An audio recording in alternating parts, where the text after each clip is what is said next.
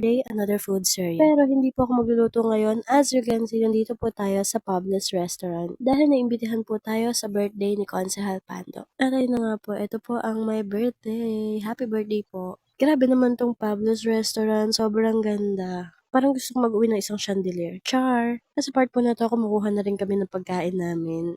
At dahil buffet nga to, panigurado, mapapasabak na naman ng mga person. Char! Pero sabi naman ng asawa ko, lugi daw sila. Lugi pa ba sa laman ng plato ko?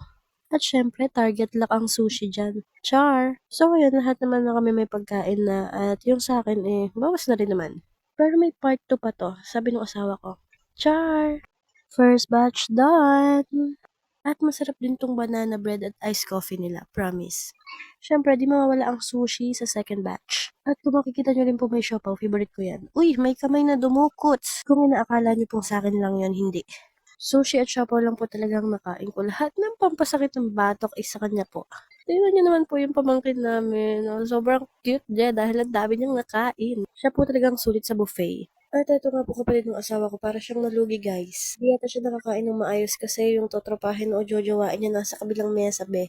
Char, pagpagalitan ako niyan, bugbugin ako talaga. So yun na nga po, after second batch, makikita niyo naman po yung asawa ko, sobrang busog na. Hindi niya alam paanong himas na gagawin sa tiyan niya. Ayun din po si Ditche. Busog na din talaga, sobrang sarap ng pagkain nila. O, nahiya pa siya Sobrang ganda talaga sa loob nila, swear. So, ito yung pangatlong tayo ng asawa ko. At bibilangan natin siya kung hanggang kailang tayo ang magagawa niya, Bi. Pero pampalubag loob na yung kinuha niya. Kung kanina kinuha niya, pampaputok ng batok. Ngayon, fruits.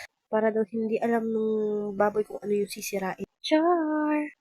Another tayo na naman siya. Ikot-ikot siya. Pero this time, wala siyang nakuha. Another tayo na naman siya dyan. And after that, kakantahan na po ang my birthday. Happy birthday!